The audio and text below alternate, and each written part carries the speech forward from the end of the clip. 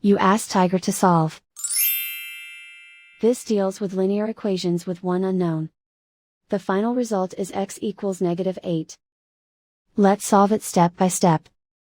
Group all constants on the right side of the equation. Subtract 10 from both sides. Group like terms. Simplify the arithmetic.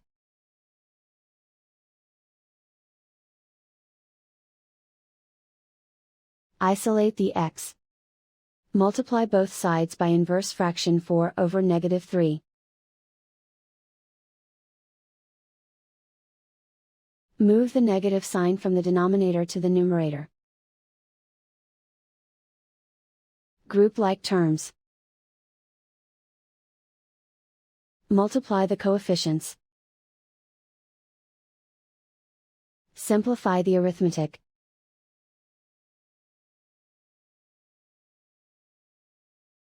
Move the negative sign from the denominator to the numerator. Multiply the fractions.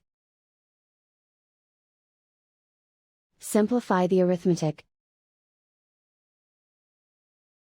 And so the final result is x equals -8.